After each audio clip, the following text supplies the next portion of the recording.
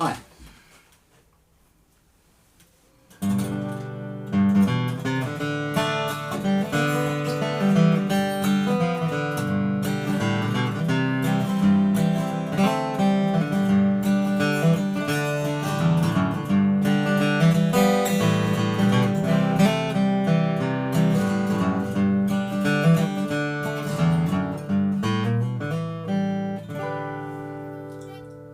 This is a silly moustache, and this is one of my chatty videos.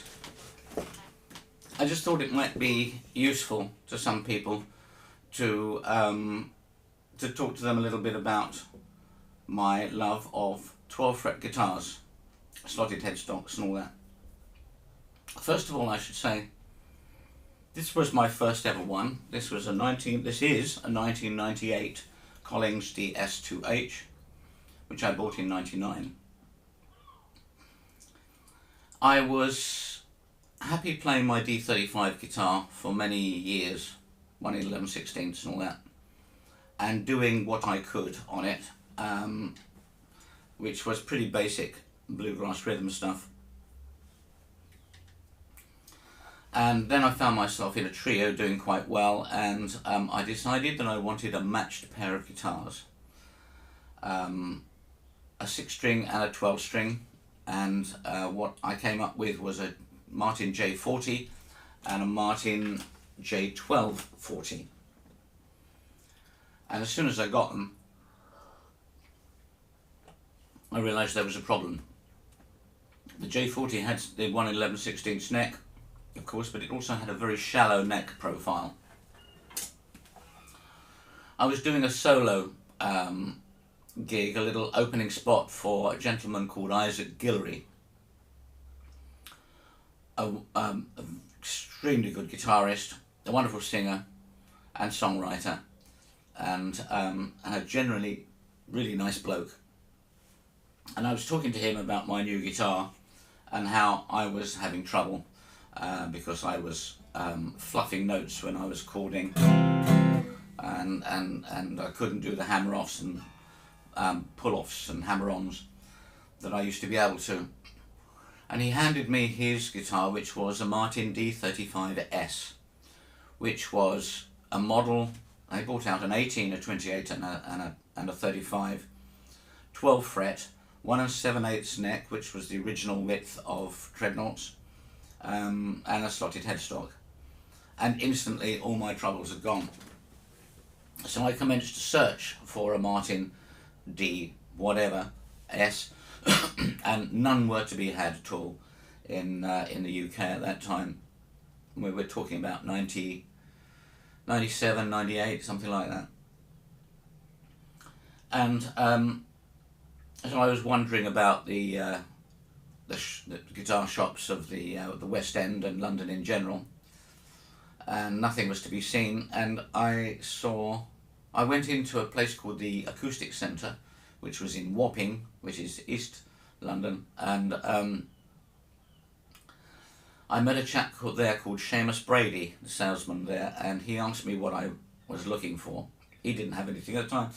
Asked me what I was looking for and made a careful note in his little black book, and I thought, oh yeah,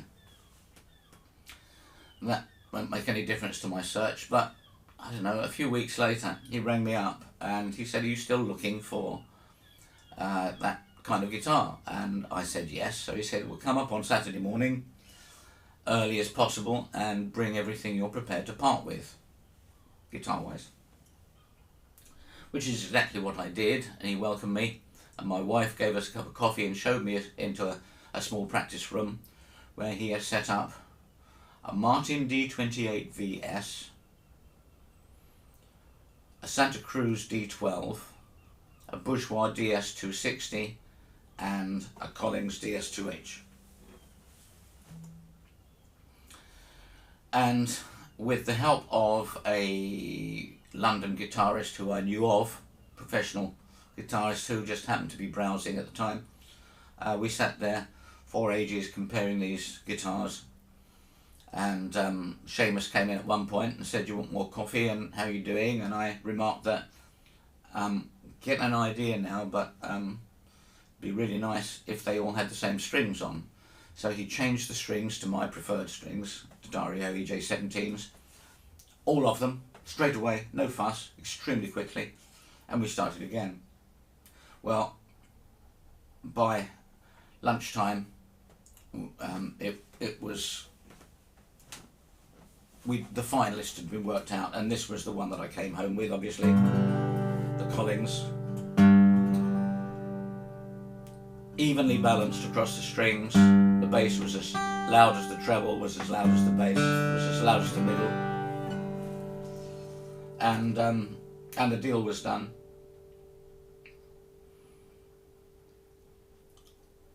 So I had found a guitar. I wasn't looking for 12 frets. I wasn't looking for a slotted headstock.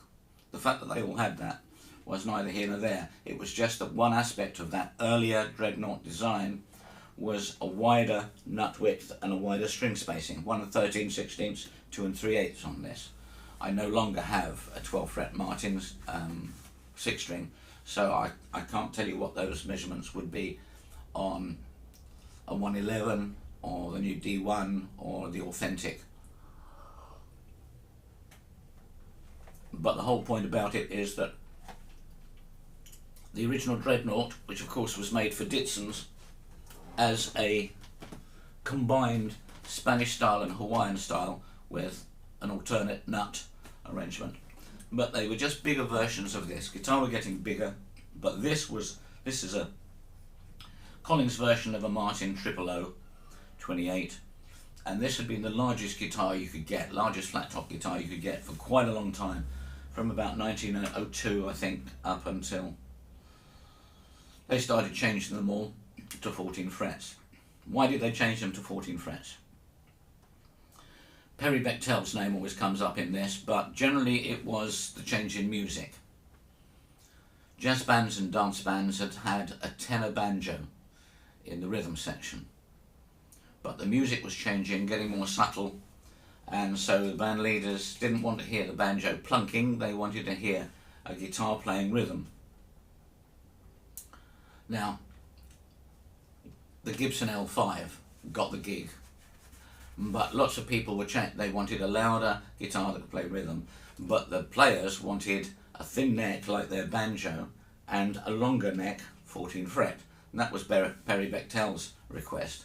So out came the OM orchestra model. It kind of fits together, thin neck, long neck, but of course the flat tops, they really didn't have the sound to cut across in the rhythm section of a jazz band or a dance band, and the arch tops got it because of what they lacked as well as what they had. They were strident, they were middle trebly, and not much bass, but the double bass player was handling that. So Martin's effort, I mean, they did make an arch top which was unsuccessful, but they decided to make their own version of the Ditson when Ditson went out of business, and in 1931 they came out with a D1 and a D2, mahogany rosewood, and then they changed it to D18 and D28, but they called them OMs just like they did with the 14 fret version of the 000. They weren't big successes. They weren't right for the big bands. They were bigger, had a bit more projection maybe, but they didn't sell. Then they changed their arrangement, their designs to the 14 frets, and they put the thinner longer necks on them because they concluded that everybody wanted to go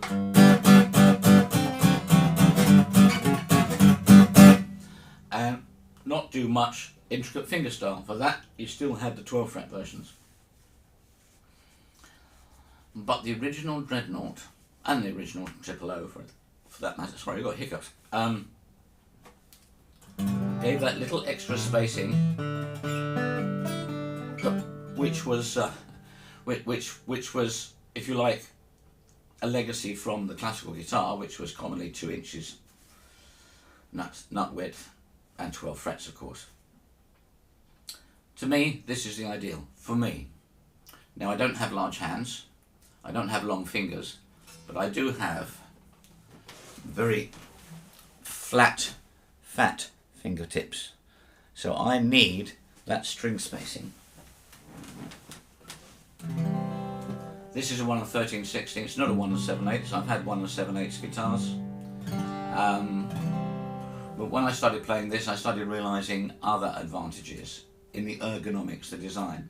First of all, having a slot head meant that you had the tuners facing towards you, so minor adjustments could be done with minimal twisting of the wrist, compared with a flat head, slap head, whatever you want to call them, where you're doing all this twisting. I don't know about you, but I've had carpal tunnel problems for years, so you know that can be a bit of a problem. The other thing was, and I haven't measured this out, to me it seems that when I'm playing this, especially with the waist on my knee like this, as you Western style, I feel that there's less left arm extension, just fractionally left. This helps me because this shoulder was smashed up in '96 in a cycling accident. The other thing is that, again, for me, this shape with the positioning of the bridge just puts my pick on the sweet spot. There is no better place to go than right there. So it's comfort. I've discovered, more by luck than ingenuity, I've found the design of an instrument that suits me perfectly. It fits my left hand, it suits my right hand, and it suits my body. Yeah. So I'm doing, my posture isn't perfect because my right shoulder's a bit too high. Maybe it should be there. But this is an important lesson to learn. Explore the guitars. You want the sound, but you also want it to fit you.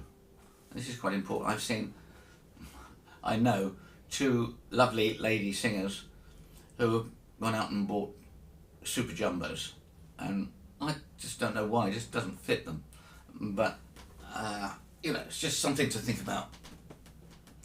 Now, a lot of people, oh yes, the other thing I wanted to talk about, a lot of people talk about the problem with changing strings on a slotted headstock. This is how I do it. I like the first and the 6 on the outside and the others on the inside, and my idea is to keep the strings running over the nut as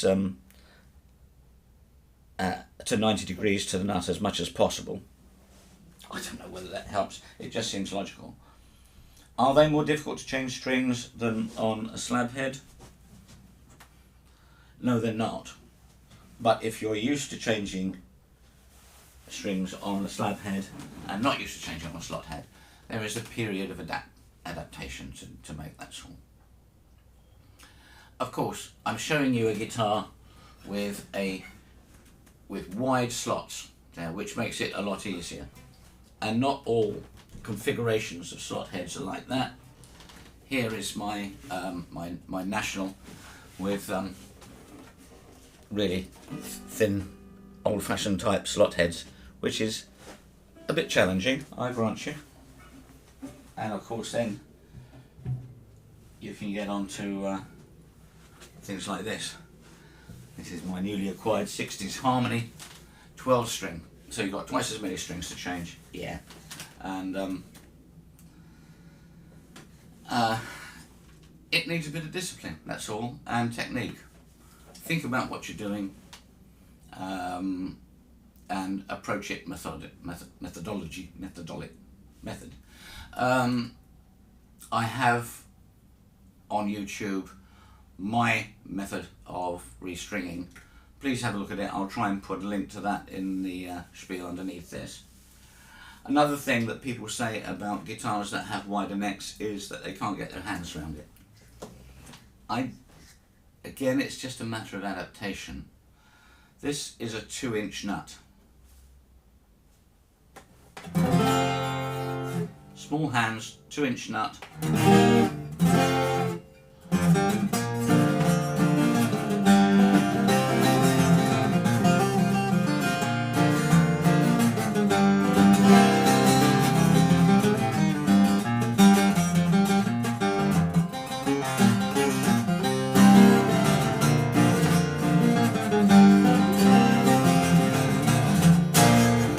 you play an ordinary 14 fret Dreadnought or whatever, and you put the capo up around here, you know, you're playing a wide neck guitar anyway.